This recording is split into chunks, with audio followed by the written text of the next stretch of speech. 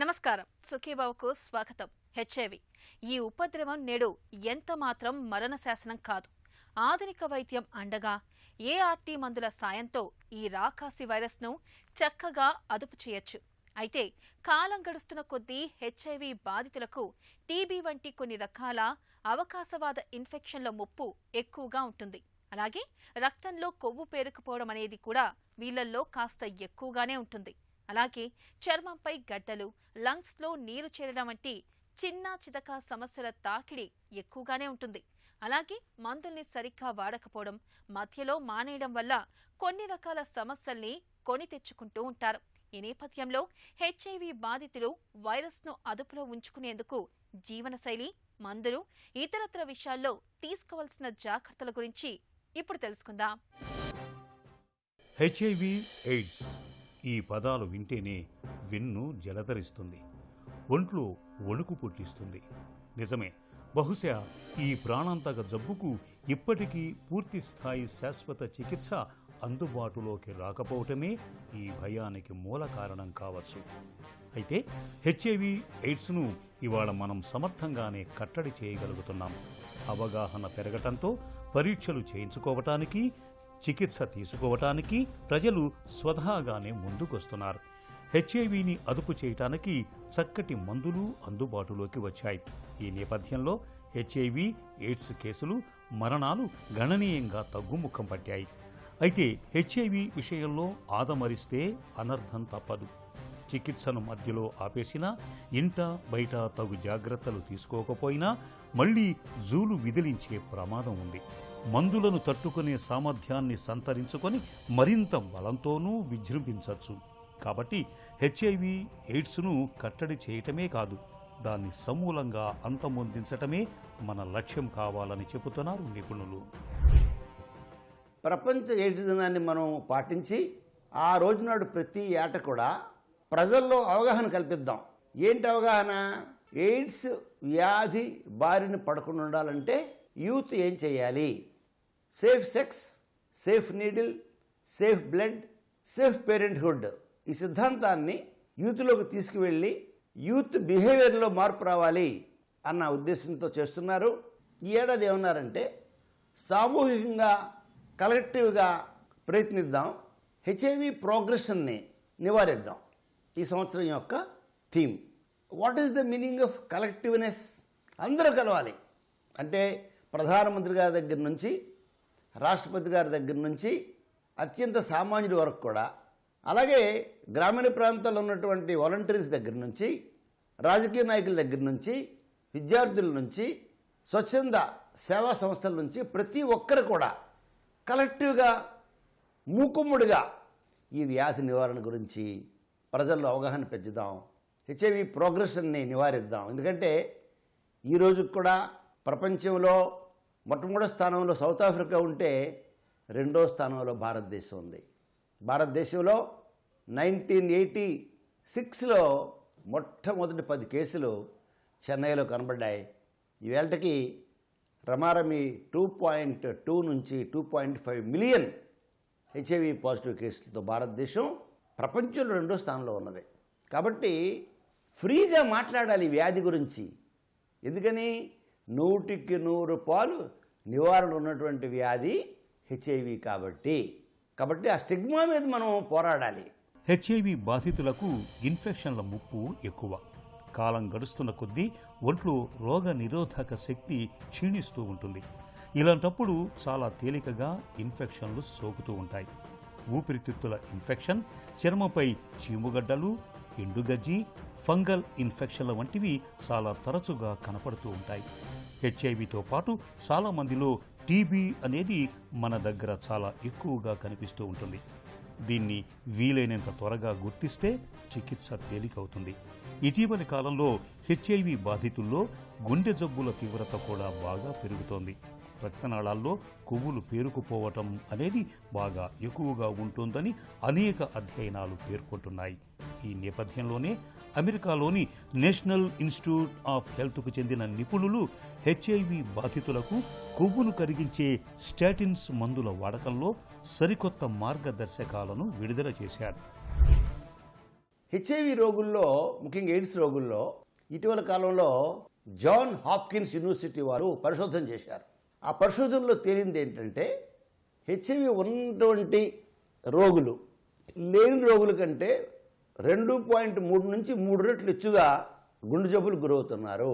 Heart attacks, ముఖ్యంగా 25 ఏళ్ల కుర్రోడే హెచ్ఐవితో బాధపడుతుంటే హార్ట్ అటాక్ చనిపోవడం.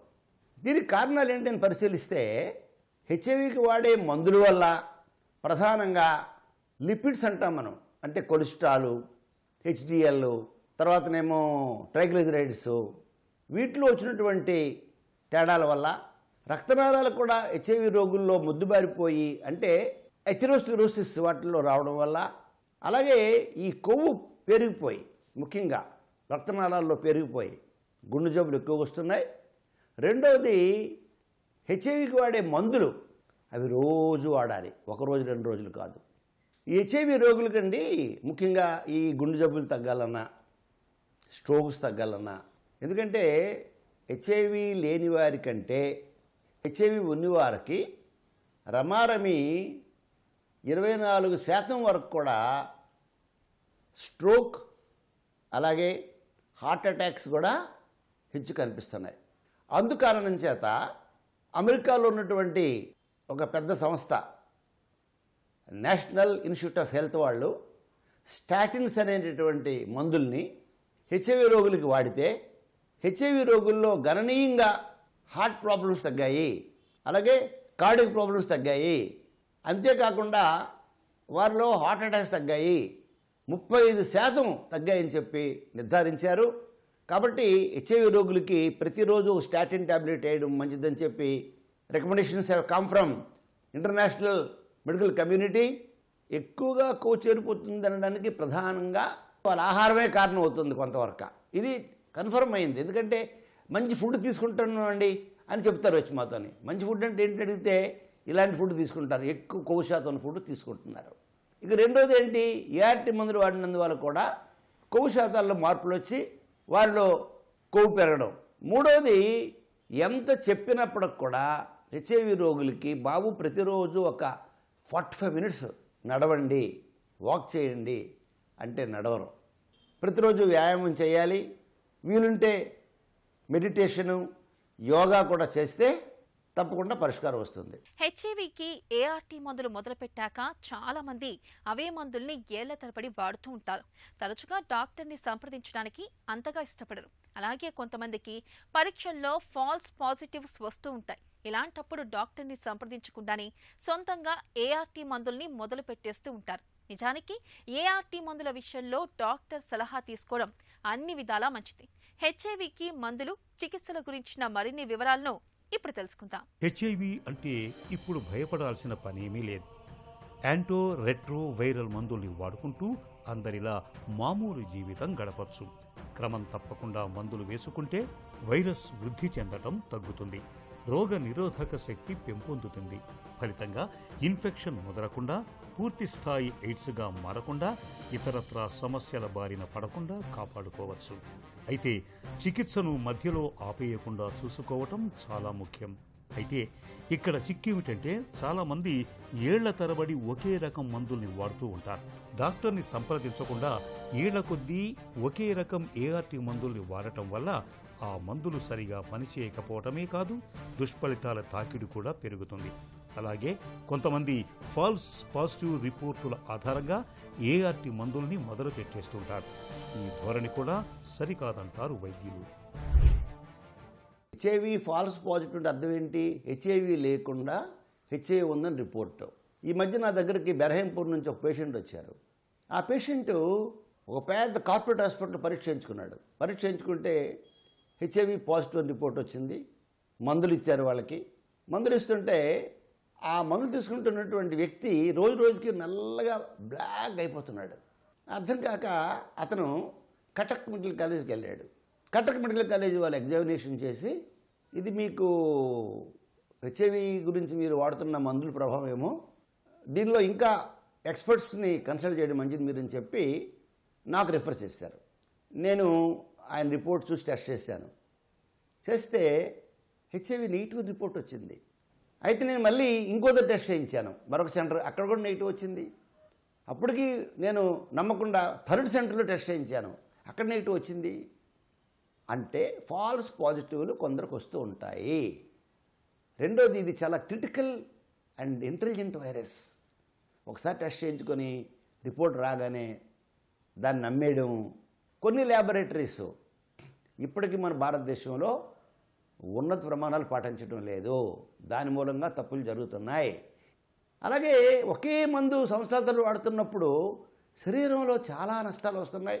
చాలామంది సడన్గా చనిపోతున్నారండి. మాకు వచ్చిన రిపోర్ట్స్ ఏంటంటే, ఇతర దేశాల్లోనేమో వ్యాధి పూర్తిగా దేశం నివారణ అయిపోయి అక్కడ జనాలు 80 ఏళ్ళు బతుకుతుంటే, భారతదేశంలోనేమో 35 ఏళ్ళకి చనిపోయినవాడు, 40 ఏళ్ళకి చనిపోయినవాడు, రకరకాల కాంప్లికేషన్స్, కొందరికి కళ్ళు పోవడం, గుడ్డోలు అయిపోయిన కొందరు. ఎప్పుడైతే ఈ డ్రగ్ సరిగా వాడకపోవడం, వాడినప్పుడు సైటోమెగలో వైరస్ అనేటటువంటిది ఒకటి ఆ కన్నుని అటాక్ చేస్తుంది, ఆ గుడ్డు అయిపోతారు వాళ్ళు, యంగ్ పీపుల్. సో నేనేమంటానంటే, మీరు ఏ డాక్టర్ దగ్గరికి వెళ్ళి వైద్యం చేయించుకుంటున్నా, మీరు నమ్ముకున్న డాక్టర్ దగ్గరికి వెళ్ళి కనీసం 2 నెలలకు ఒకసారి వెళ్ళండి, వెళ్ళి చూపించుకోండి, అవసరమైతే టెస్టులు చేయించుకోండి. అలా కాకుండా నాకంతా బాగుంది, అందరికీ బాగానే ఉంటుందండి, బాగోలేప్పుడు ఏమి ఉండదు. ఎందుకంటే ఈవెన్ మనం రోజు మందులు వాడుతున్నప్పుడు కూడా బయటకు మనం బాగానే కనిపిస్తాం, కానీ అప్పుడప్పుడు ఏం జరుగుతుందో అనేటటువంటిది శరీరంలో పరీక్షలు చేయించుకొని తత్ప్రకారం చర్యలు తీసుకోవాల్సిన అవసరం చాలా ఉన్నదని. ఈవెన్ హెచ్ఐవి పేషెంట్లే కాదు, షుగర్ పేషెంట్ అయినా, ఈవెన్ హార్ట్ అటాక్ పేషెంట్ అయినా, కిడ్నీ పేషెంట్ అయినా నెలకో 2 నెలలకో డాక్టర్ గారిని కలుస్తూ ఉండాలి, వీళ్ళు చూపించుకుంటూ ఉండాలి. ఎందుకని క్రానిక్ డిసీజెస్ ఇవి. ఈవేళ డెవలప్మెంట్స్, ఇప్పుడు నేను ఒకప్పుడు సెల్ ఫోను నేను కొనేటప్పుడు 1000 రూపాయలు అయింది, ఇది ఈవేళ సెల్ ఫోన్ ఏమో 2 లక్షలు అయింది. అంటే దానిలో ఏంటి, అనేక ఫీచర్స్ మారుతున్నాయి. మరి నేను డెవలప్మెంట్ యాక్సెప్ట్ చేయకుండా ఇంకా 1000 రూపాయల సెల్ ఫోన్ వాడితే లాభం ఏంటి?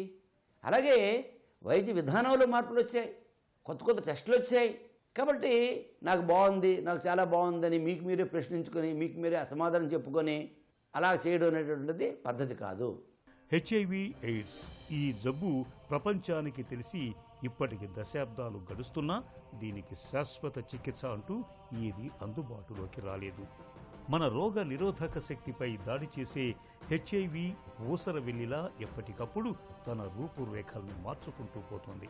దీంతో వైరస్ను నియంత్రించడం కష్టంగా మారుతోంది. అయినప్పటికీ యాంటీ రెట్రోవైరల్ మందులు హెచ్ఐవి వైరల్ లోడును అదుపు చేయటంలో అద్భుతంగా పనిచేస్తున్నాయి. వీటిలో కూడా ఎప్పటికప్పుడు కొత్త మందులు అందుబాటులోకి వస్తున్నాయి, కొత్త ఆశల్ని చిగురింపజేస్తూనే ఉన్నాయి. అలాగే మన శరీరంలో ఎయిడ్స్ వైరస్ వ్యాప్తిని అరికట్టడంలో వ్యాక్సిన్ల పాత్రను కూడా వైద్యులు పరీక్షిస్తూనే ఉన్నారు. ఇటీవల కాలంలో హెచ్ఐవిని నివారించే ఫ్యూజన్ పెప్టైడ్ అనే వ్యాక్సిన్ కూడా అందుబాటులోకి వచ్చింది. అలాగే రోజు గుప్పెళ్ల కొద్దీ మందులు మింగే అవస్థని తప్పిస్తూ వారానికోసారి వేసుకునే ఇంజెక్షన్ సైతం అందుబాటులోకి వచ్చిందని నిపుణులు చెబుతున్నారు. లెనకెపవిర్ అనేటటువంటి ఇంజెక్షన్ని food and drug administration America వాళ్ళు 2023లో అప్లై చేస్తే 2024లో దాన్ని ఆల్రెడీ మార్కెట్లో తీసుకొస్తున్నారు. ఆల్రెడీ భారతదేశంలో 4 కంపెనీలు, ఆంధ్రప్రదేశ్ నుంచి కూడా 2 కంపెనీలు లైసెన్స్ కోసం అప్లై చేసుకున్నారు. ఆ లైసెన్స్ వస్తే ఈ లెనకెపవిర్ ఇంజెక్షన్ తయారైతే ఇది వరం అని చెప్తాను నేను. రెండవది, ఇంటర్నేషనల్ ఎయిడ్స్ సొసైటీ వాళ్ళు పరిశోధన చేశారు లెనకెపవిర్ మీద. 2 ఇంజెక్షన్స్ వేస్తే క్యూర్ అయిపోద్ది అంటున్నారు వాళ్ళు. నిజంగా క్యూర్ అయిపోతే అది పెద్ద తీపి కబురు, టోటల్ క్యూర్ అయిపోతుంది 2 ఇంజెక్షన్స్తోని. సో అది కూడా మనకు అందుబాటులో ఉంది. కానీ ఒక్కటి చెబుతాను నేను, చాలామంది పేషెంట్లు సిగ్గుపడి హెచ్ఐవి ఎవరికి చెప్పడానికి వీలు లేకుండా, కొడుకు బాలపు తల్లికి చెప్పడం, భార్యకి బాలపు భర్తకు చెప్పరు, కనీసం క్లోజ్ ఫ్రెండ్స్తో కూడా చెప్పరు. వారికి వారు కుమిలిపోయి డిప్రెషన్కి వెళ్ళిపోయి మందులు వాడకుండా, నిద్ర లేకుండా, ఆహారం తీసుకోకుండా చనిపోతున్నారు. ఇది అన్ని జబ్బులండి జబ్బే, ఒకటే గుర్తుపెట్టుకోవాలి మీరు. అనేక జబ్బులు మనం భూమి మీద చూసాం. స్మాల్ పాక్స్ పశువుకి వచ్చింది.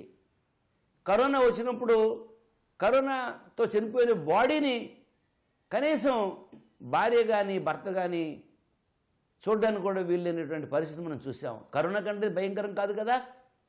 ఎందుకు ప్రతి పేషెంటు తను ఆ విషయాన్ని ఎవరికి చెప్పకుండా ఇందులో వచ్చినటువంటి అధునాతన డెవలప్మెంట్స్ వాడకుండా అలాగే సంవత్సరాల తరబడి ఒక ట్యాబ్లెట్ వేసుకోవడం, ఆ ట్యాబ్లెట్ వల్ల శరీరంలో ఏం జరుగుతుందో పరీక్షించుకోకపోవడం, దానివల్ల కొంతమంది ఏమో ఎండ్ స్టేజ్ ప్రాబ్లమ్స్కి, అంటే మనం నయం చేయలేనటువంటి కిడ్నీ ప్రాబ్లమ్స్కి, లేకపోతే నయం చేయలేనటువంటి గ్యాస్ట్రో ఇంటెస్టినల్ ప్రాబ్లమ్స్కి గురైపోతున్నారు. కనుక మారుతున్నటువంటి అభివృద్ధిని వారు ఈ రంగంలో పనిచేస్తున్నటువంటి ఎక్స్పర్ట్స్ని కన్సల్ట్ చేసి, లేదా ప్రభుత్వ ఆసుపత్రుల్లో ఉన్నటువంటి ఎక్స్పర్ట్స్ని కన్సల్ట్ చేసి సరైన మార్గంలో వైద్యం చేసుకోవాలని చెప్పి నేను కోరుతున్నాను. వ్యాక్సిన్ గురించి చాలా కాలంగా ప్రయత్నాలు జరుగుతున్నాయి. దానిలో ఈ ఫ్యూజన్ పెప్టైడ్ అనేటటువంటి విధానం వల్ల ఆ వ్యాక్సిన్ పనిచేయచ్చు అంటున్నారు. కాకపోతే హెచ్ఐవికి ఉన్నటువంటి మ్యుటేషన్స్ వల్ల, అలాగే హెచ్ఐవిలో ఉన్నటువంటి వైరస్ల తాలూకు HIV-1 అని, HIV-2 అని, మళ్ళీ ఇందులో sub types A, B, C, వీటి మూలంగా అతి తొందరలో వ్యాక్సిన్ మనకు వస్తుందో రాదని మనం చెప్పడం కష్టం. కాకపోతే జీన్ ఎడిటింగ్ అనేటటువంటి సిస్టమ్ కూడా ఇటీవల కాలంలో ప్రయత్నాలు సాగుతున్నాయి. కాబట్టి ఈ జీన్ ఎడిటింగు అలాగే ఈ ఫ్యూజన్ పెప్టైడ్స్ ఇవన్నీ కాంబినేషన్స్తో తప్పకుండా వ్యాక్సిన్ వస్తుంది. మనం వైద్య రంగంలో అనేక విజయాలు సాధించాం మనం. కాబట్టి తప్పకుండా ఈ విజయం కూడా సాధిస్తాం. హెచ్ఐవితో బాధపడుతున్నప్పుడు చాలా మంది మానసికంగా కుంగిపోతూ ఉంటారు. ఇక పెళ్లి చేసుకోవడానికి, పిల్లల్ని కనడానికి కూడా భయపడుతూ ఉంటారు. నిజానికి హెచ్ఐవి ఉన్నప్పటికీ చక్కగా పెళ్లి చేసుకోవచ్చని, పిల్లల్ని కనొచ్చని చెబుతారు నిపుణులు. హెచ్ఐవికి అడ్డుకట్ట వేసే మందులు, చికిత్సల గురించిన మరిన్ని వివరాలను ఇప్పుడు తెలుసుకుందాం. హెచ్ఐవి కంటే భయంకరమైనవి, అంతకంటే ప్రాణాంతకమైనవి ఎన్నో వ్యాధులు ఉన్నాయి. కానీ బహుశా వాటి వల్ల కూడా లేని ఎన్నో భయాలు, ఇంకెన్నో ఆందోళనలు, మరెన్నో అపోహలు హెచ్ఐవి పట్ల ఉన్నాయన్నది నికార్సైన సత్యం. నిజానికి హెచ్ఐవి అన్నది పూర్తిగా నియంత్రించదగ్గ వ్యాధిగా మారి చాలా రోజులైంది. హెచ్ఐవికి మందులు వాడుతూ జీవితాంతం అదుపులో ఉంచుకుంటూ పూర్తి జీవితకాలం బతకచ్చు.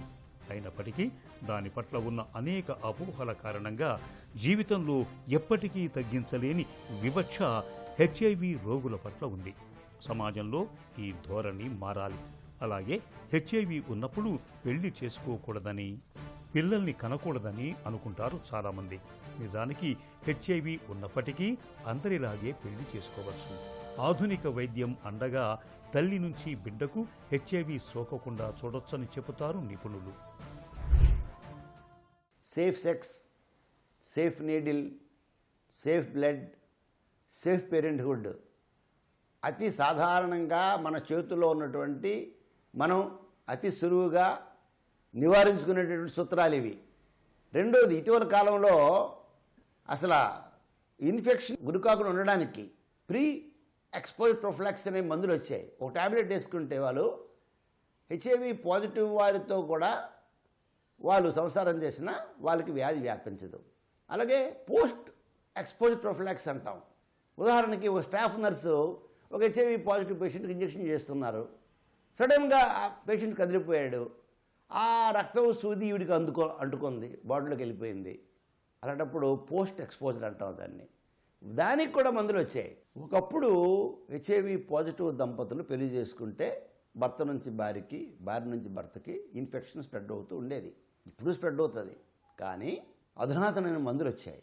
ఎవరైతే పెళ్లి చేస్తూ అనుకుంటున్నారో వాళ్ళు మంచి డాక్టర్ దగ్గరికి వెళ్ళి డాక్టర్ గారికి చెప్తే ఈ భర్తలో ఉన్నటువంటి వైరస్ 0 చేసేస్తారు. సాధారణంగా వైరస్లు 1,00,000 copies per ml, 2 lakhs copies per ml ఇలా ఉంటాయి. ఎవరికైతే 100 కాపీస్ పర్ ml కంటే తక్కువగా తీసుకొస్తామో, అంటే ఇటు హస్బెండ్లోనా అలాగే వైఫ్లో కూడా 100 కాపీస్ పర్ ml కంటే తీసుకొస్తామో తక్కువకి, వాళ్ళు సేఫ్టీ లేకుండా కాపురం చేసినా వాళ్ళకి ఇన్ఫెక్షన్ స్ప్రెడ్ కాదు, వారి పిల్లల్ని కనొచ్చు. ఇంకా ఈవేళ రేపు ఈ ఇంజక్షన్లు వచ్చాయి, తర్వాత వ్యాక్సినేషన్ వస్తుంది. కాబట్టి ఇక హెచ్ఐవి పాజిటివ్ వాళ్ళు అసలు మీరు పేషెంట్ అని మర్చిపోండి. మీరు కూడా అందరిలాగే జలుబు వచ్చితే ఎలాగైతే మనిషి ఫీల్ అవుతున్నాడో, దగ్గు వస్తే ఎలాగ ఫీల్ అవుతున్నాడో అలాగే మీరు కూడా ఫీల్ అయ్యి తర్వాత ఇవాళ అదృష్టం ఏంటంటే రోజుకి 30 రూపాయలు ఖర్చు పెడితే హెచ్ఐవి పాజిటివ్ వైద్యం వచ్చేసింది ఇవాళ మార్కెట్లోకి. పాజిటివ్ అని తెలియగానే ప్రభుత్వ వైద్య కళాశాలల్లో కానీ లేదా నిపుణులైనటువంటి హెచ్ఐవి రంగంలో చాలా కాలంగా కృషి చేస్తున్న వైద్యుల దగ్గర కానీ వైద్యం తీసుకుంటే అందరిలాగే ఆరోగ్యంగా ఆనందంగా ఉత్సాహంగా ఉంటారు. హెచ్ఐవి అనేది ఇవాళ ఒక రకంగా హై బీపీ షుగర్ జబ్బుల్లా మారిపోయిందని అనుకోవచ్చు. కానీ దీన్ని ఏమాత్రం నిర్లక్ష్యం చేయడానికి వీల్లేదు. ఏఆర్టీ చికిత్స తీసుకుంటున్నా కూడా వైరస్ అదుపులో ఉంటుందా, మందులు ఎలా పనిచేస్తున్నాయి అని నిరంతరం గమనిస్తూ ఉండటం తప్పనిసరి. చికిత్సను మధ్యలో మానేసినా, అరకొరగా మందులు వేసుకున్నా హెచ్ఐవి వైరస్ మందుల సామర్థ్యాన్ని తట్టుకునే శక్తిని సంతరించుకొని మొండిగా తయారవుతుంది. కాబట్టి హెచ్ఐవి ఎయిడ్స్ బాధితులు మందులు సరిగా వేసుకునేలా చూడటం, ఇంటా బయట తీసుకోవాల్సిన జాగ్రత్తలను విడమర్చి చెప్పడం చాలా ముఖ్యం. హెచ్ఐవి ఎయిడ్స్ నిర్మూలన, నివారణ అనేవి మనందరి సామాజిక బాధ్యత. ప్రజలు, స్వచ్ఛంద సంస్థలు, ప్రభుత్వం కలిసికట్టుగా పనిచేస్తేనే ఈ సామాజిక జాడ్యాన్ని నిర్మూలించగలం, నివారించగలం. హెచ్ఐవిని పూర్తిగా నయం చేయలేకపోవచ్చు, కానీ జీవితకాలం పాటు వైరస్ను చక్కగా అదుపులో ఉంచి యాంటీ రిట్రో వైరల్ మందులు మనకు ఇవాళ అందుబాటులో ఉన్నాయి. వీటి సాయంతో అందరిలాగే హాయిగా జీవనం సాగించవచ్చు. వ్యాక్సిన్ రూపొందించే పరిశోధనలు కూడా ముమ్మరంగా సాగుతున్నాయి. వ్యాక్సిన్ కూడా అందుబాటులోకి వస్తే హెచ్ఐవి గురించిన భయోందనల్ని పూర్తిగా మర్చిపోవచ్చు.